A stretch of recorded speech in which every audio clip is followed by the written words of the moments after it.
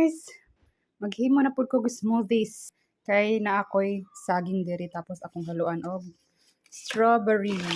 Ayan, tanggalan nato siya og tangkay kay para limpyo.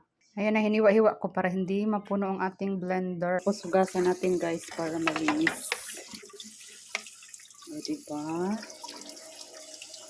Itong hugasan. Then, lagay natin dito. Oops. Ating ilagay.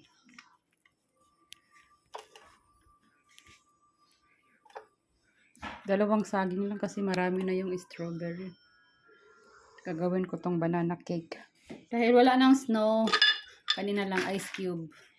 Kung nag-snow pa lang to, no? Snow unta kay butang. Lami ba? Di ba kahadlukan? Kanon. At dahil wala akong evap, kaya ang ilagay natin ay fresh milk. Ayan, fresh milk ang ating ilagay. Tapos may condense akong natira. Ang ilagay natin na pangpatamis. Gahi akong condense. Guys, puno. Diba puno?